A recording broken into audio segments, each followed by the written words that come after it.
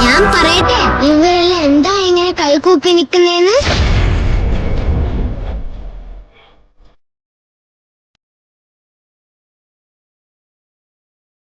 എന്തൊക്കെയാണ് നടക്കുന്നേ? എന്തൊക്കെയാ ഇത്? എന്തൊക്കെയാ? എന്താ പറ, എനിക്കറിയില്ല. ഞാൻ പറഞ്ഞുതരാം. BTS ദേ മെക്സിക്കോയിൽ എത്തിയിരിക്കുകയാണ്. അങ്ങനെ വെറുതെ പോയതല്ല, മെക്സിക്കൻ പ്രസിഡന്റിന്റെ ക്ഷണം സ്വീകരിച്ചാണ് BTS അവിടെ എത്തിയിട്ടുള്ളത്. പ്രസിഡന്റിന്റെ കൊട്ടാരത്തിലെ ബാൽക്കണിയിൽ നിന്ന് ആർമീസിനെ അഭിസംബോധന ചെയ്യുന്ന വീഡിയോസാണ് ഇപ്പോൾ ഇന്റർനെറ്റ് മുഴുവൻ. പക്ഷേ ഏറ്റവും ഷോക്കിംഗ് ആയ ഒരു കാര്യം എന്താന്ന് വെച്ചാൽ, ഈ പരിപാടി അനൗൺസ് ചെയ്ത് വെറും 5 മണിക്കൂറിനുള്ളിൽ 50,000-ത്തിലധികം ആളുകളാണ് അവിടെ തടിച്ചുകൂടിയിട്ടുള്ളത്. ഇത്രയ്ക്കധികം ആളുകൾ എത്തുന്ന ആരും പ്രതീക്ഷിച്ചു കാണില്ല. ഇതുപോലെ തന്നെ മറ്റൊരു സംഭവം 2023 ന്യൂയോർക്ക് ടൈംസ് സ്ക്വയറിലും നടന്നിട്ടുണ്ട്.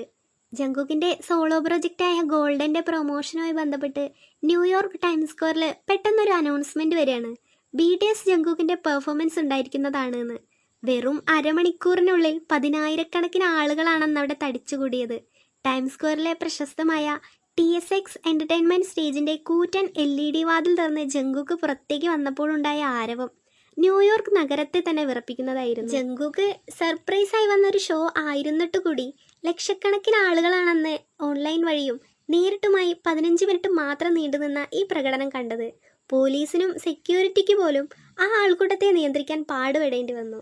സത്യം പറഞ്ഞാൽ ഇന്ന് നമ്മൾ ഈ കാണുന്ന ആൾക്കൂട്ടവും ഫെയിമും ഒന്നും BTSന് വെറുതെ കിട്ടിയതല്ല. 2013 അവരനുഭവിച്ച ആ ഒരു കഷ്ടപ്പാടുണ്ടല്ലോ, അത് പറഞ്ഞറിയിക്കാൻ പറ്റില്ല. ഈ കാണുന്ന ആഘോഷങ്ങൾക്കും ആർപ്പുവിളികൾക്കും പിന്നിൽ കണ്ണീരിൻ്റെയും വിയർപ്പിൻ്റെയും ഒരു വലിയ കഥയുണ്ട്. 2010 ബിഗ് ഹിറ്റ് എന്ന ഒരു കൊച്ചു കമ്പനിയിൽ നിന്നാണ് ഇതിൻ്റെയൊക്കെ തുടക്കം. അന്നത്തെ ആ ചെറിയ സ്റ്റുഡിയോയിൽ ആദ്യം എത്തിയത് 16 വയസ്സുകാരനായ RM എന്ന കിം നംജൂൺ ആയിരുന്നു.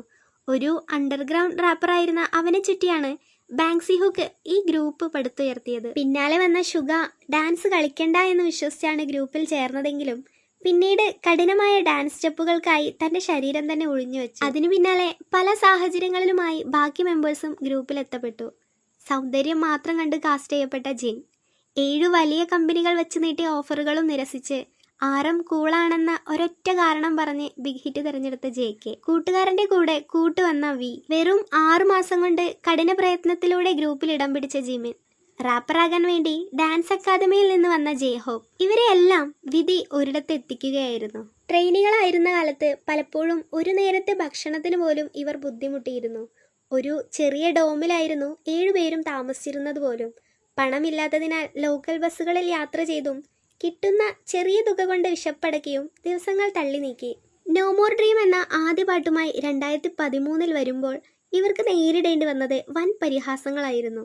നിങ്ങളെയൊക്കെ ആര് കാണാനാണ് എന്ന് ചോദിച്ചവർക്ക് മുന്നിൽ അവർക്ക് തല കുനിക്കേണ്ടി വന്നു. അമേരിക്കയിൽ പോയപ്പോൾ തെരുവിൽ നോട്ടീസുകൾ വിതരണം ചെയ്തും ആളുകളെ വിളിച്ചുകൂട്ടിയും സൗജന്യമായി പരിപാടിക്ക് ക്ഷണിച്ചു. എന്നാൽ അവരുടെ കൺസേർട്ട് കാണാൻ എത്തിയത് വെറും 150 മുതൽ 200 വരെ ആളുകൾ മാത്രമായിരുന്നു.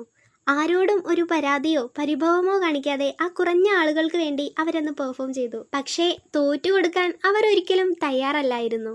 ഓരോ തുള്ളി വിയർപ്പും അവരുടെ വിജയത്തിലേക്കുള്ള ഇന്ധനമാക്കി മാറ്റി.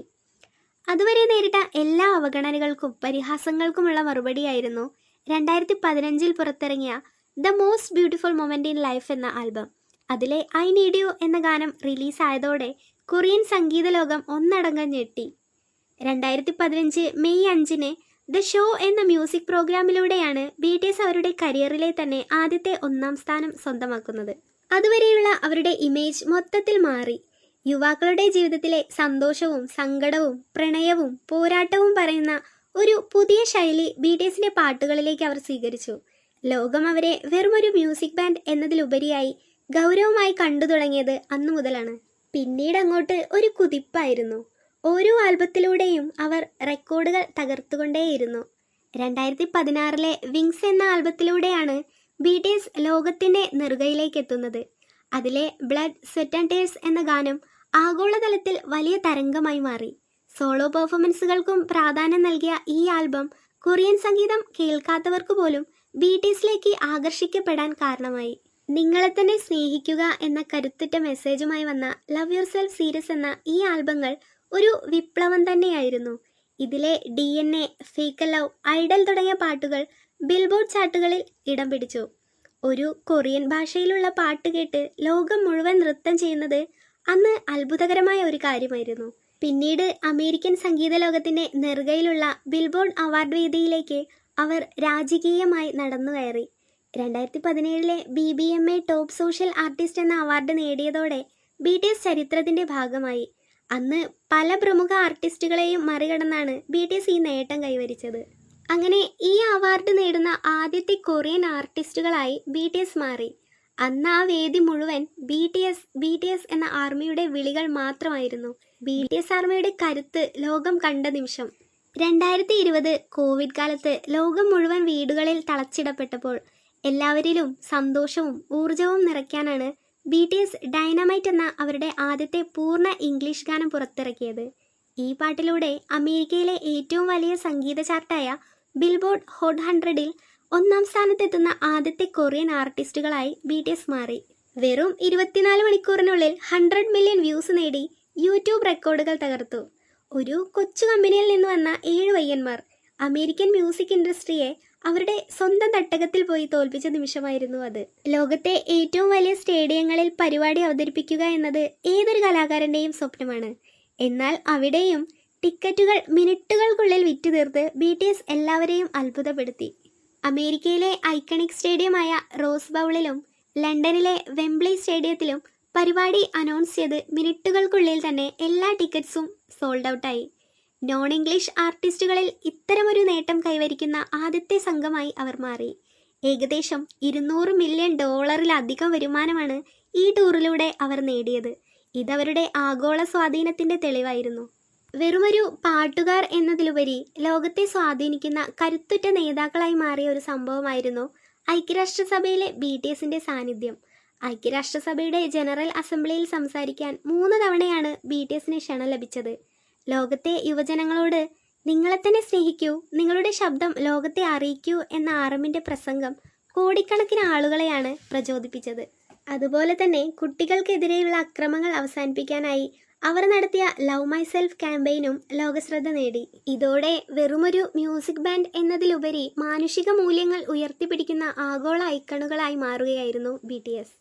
സാധാരണ മ്യൂസിക് ബാൻഡുകൾ പ്രണയത്തെക്കുറിച്ചും വിരഹത്തെക്കുറിച്ചും മാത്രം പാടുമ്പോൾ BTS സമൂഹത്തിലെ ഗൗരവകരമായ വിഷയങ്ങളെക്കുറിച്ചാണ് പാടിയത്. ഡിപ്രഷൻ, ആൻസൈറ്റി, ഏകാന്തത തുടങ്ങിയ വിഷയങ്ങളെക്കുറിച്ച് അവർ വളരെ തുറന്നു പാടി.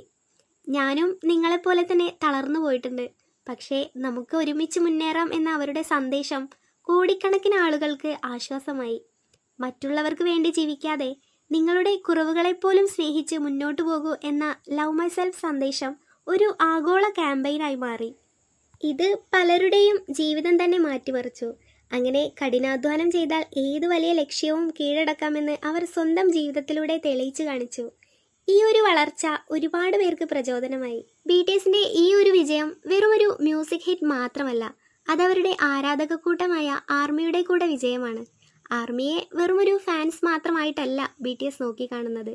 തങ്ങളുടെ ജീവിതത്തിലെ ഓരോ സന്തോഷവും സങ്കടവും വ്ളോഗുകളിലൂടെയും ലൈവ് സ്ട്രീമിങ്ങുകളിലൂടെയും അവർ ആർമിയുമായി പങ്കുവയ്ക്കുന്നു. കൊറിയൻ ഭാഷ അറിയില്ലെങ്കിലും ലോകത്തിന്റെ വിവിധ ഭാഗങ്ങളിലുള്ളവർ അവരുടെ പാട്ടുകൾ നെഞ്ചിലേറ്റുന്നത് അവരുടെ പാട്ടിലെ വരികളിലെ സത്യസന്ധത കൊണ്ടാണ്. സംഗീതത്തിന് ഭാഷയുടെ അതിർവരമ്പുകളില്ലെന്ന് അവർ തെളിയിച്ചു. അവരെ ഏറ്റവും കൂടുതൽ സ്നേഹിക്കുകയും വിശ്വസിക്കുകയും ചെയ്യുന്ന ഒരേ ഒരു കൂട്ട് BTS ആർമി.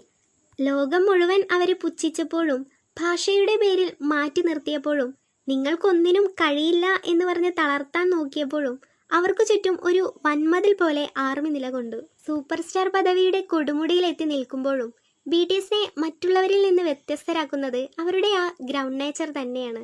കോടികൾ സമ്പാദിക്കുന്ന, ലോകത്തെ സ്വാധീനിക്കുന്ന വ്യക്തികളായിട്ടും അവരുടെ ഉള്ളിലെ വിനയം ഇന്നും ഒട്ടും ചോർന്നു പോയിട്ടില്ല. തങ്ങൾ നേടിയ ഈ വലിയ വിജയങ്ങളെല്ലാം ആർമിയുടെ കൂടെ കഷ്ടപ്പാടാണെന്ന് അവർ ഓരോ നിമിഷവും ഓർക്കുന്നു. എത്ര വലിയ താരങ്ങളായാലും ആ പഴയ വിനയം കളയാത്തത് തന്നെയാണ് അവരെ ശരിക്കുമുള്ള സൂപ്പർ ഹീറോകളാക്കുന്നത്.